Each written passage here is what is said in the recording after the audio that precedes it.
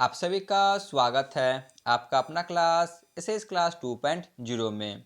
तो आज संज्ञा के बारे में लगभग 25 एमसीक्यू क्वेश्चन को कवर करेंगे, जो कि एग्जाम के पॉइंट ऑफ व्यू से बहुत ही महत्वपूर्ण है और इसका डिटेल वीडियो पढ़ाया जा चुका है, आप लोग जाके देख सकते हैं।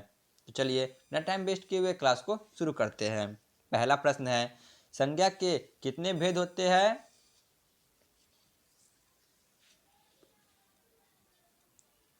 ऑप्शन डी, संज्ञा के 5 भेद होते हैं।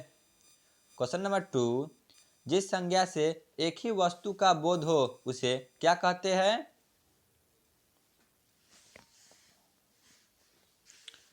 उसे व्यक्तिवाचक संज्ञा कहा आता है। क्वेश्चन नंबर 3, जातिवाचक संज्ञा का उदाहरण कौन नहीं है?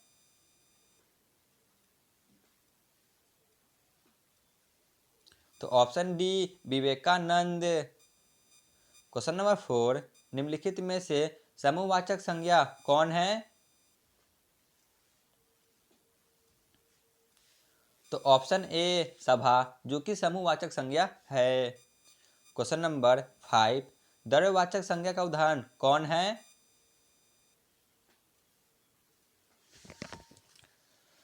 द्रव्यवाचक संज्ञा का उदाहरण ऑप्शन बी, तेल है।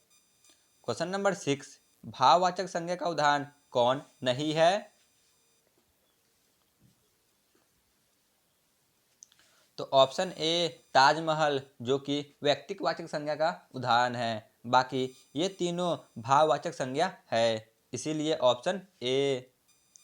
क्वेश्चन नंबर 7, जातिवाचक संज्ञा कौन नहीं है?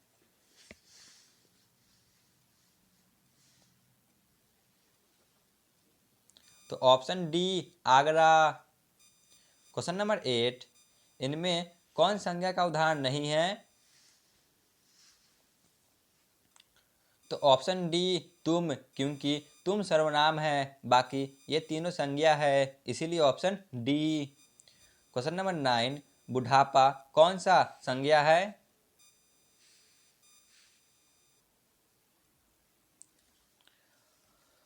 बुढ़ापा भाववाचक संज्ञा है, ऑप्शन बी। क्वेश्चन नंबर 11, इनमें से कौन व्यक्तिवाचक संज्ञा का उदाहरण है?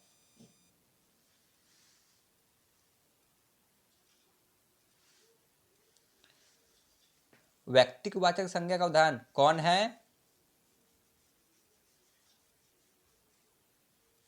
तो ऑप्शन सी, यमुना। ठीक है ना, यमुना जो कि व्यक्तिवाचक संज्ञा का उदाहरण है, क्योंकि यह नदी का नाम है।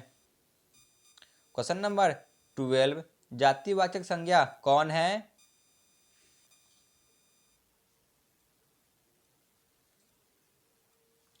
तो ऑप्शन बी, लड़का, यह जातिवाचक संज्ञा है। श्याम, यह व्यक्तिवाचक संज्ञा है। दुख, यह भाववाचक संज्ञा है। और सेना समूहवाचक संज्ञा है, इसलिए ऑप्शन बी, लड़का।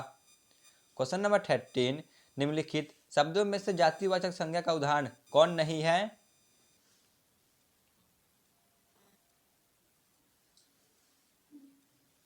बताइए, जातिवाचक संज्ञा का उदाहरण कौन नहीं है?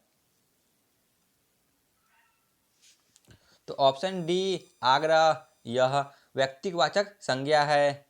ठीक है ना, ऑप्शन डी। क्वेश्चन नंबर 14, निम्नलिखित में से कौन जातिवाचक संज्ञा का उदाहरण है? जातिवाचक संज्ञा का उदाहरण कौन है?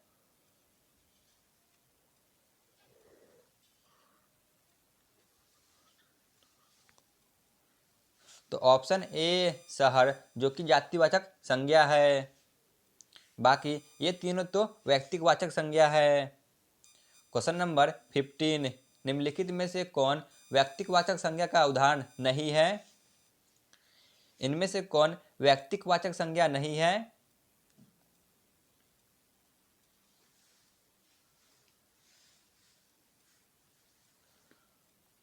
तो ऑप्शन डी, आदमी, यह व्यक्तिवाचक संज्ञा का उदाहरण नहीं है।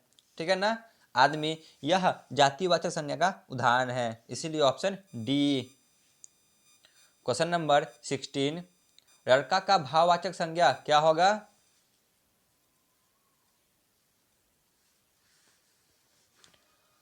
लड़का का भाववाचक संज्ञा ऑप्शन सी रखपन होगा।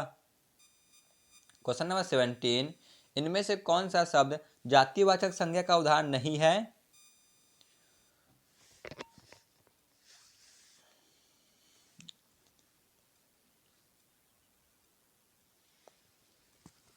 बताइए, इनमें से कौन सा शब्द जो कि जातिवाचक संज्ञा का उदाहरण नहीं है?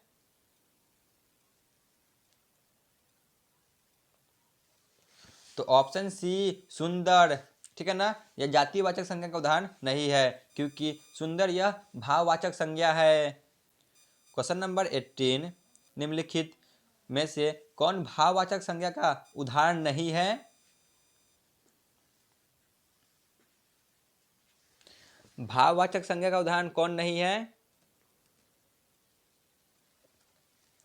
तो ऑप्शन डी परिवार, क्योंकि परिवार समूहवाचक संज्ञा है, इसीलिए ऑप्शन डी। क्वेश्चन नंबर 19, टिकना शब्द का भाववाचक कौन होगा? इस प्रकार का क्वेश्चन भी एग्जाम में पूछे जाते हैं। बताइए, टिकना का भाववाचक कौन होगा? तो ऑप्शन ए टिकाऊ। क्वेश्चन नंबर 20, इनमें से कौन भाववाचक संज्ञा का उदाहरण नहीं है?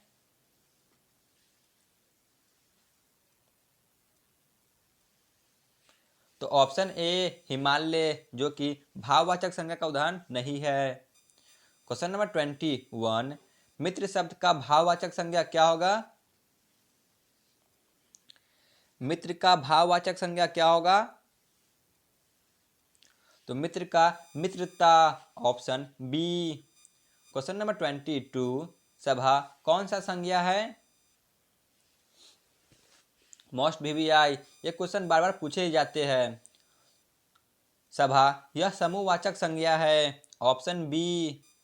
क्वेश्चन नंबर 23, गंगा पवित्र है, इस वाक्य में गंगा कौन सा संज्ञा है? तो यह होगा व्यक्तिवाचक संज्ञा, क्योंकि यह किसी विशेष के बारे में बताया जा रहा है, ठीक है ना, इसीलिए ऑप्शन डी व्यक्तिवाचक संज्ञा। क्वेश्चन नंबर 24, मिठास कौन सी संज्ञा है? मिठास यह भाववाचक संज्ञा है, ऑप्शन ए। क्वेश्चन नंबर 25 पे आते हैं, जो कि आज के क्लास का अंतिम प्रश्न है। तूफान कौन सी संज्ञा है? तूफान कौन सी संज्ञा है?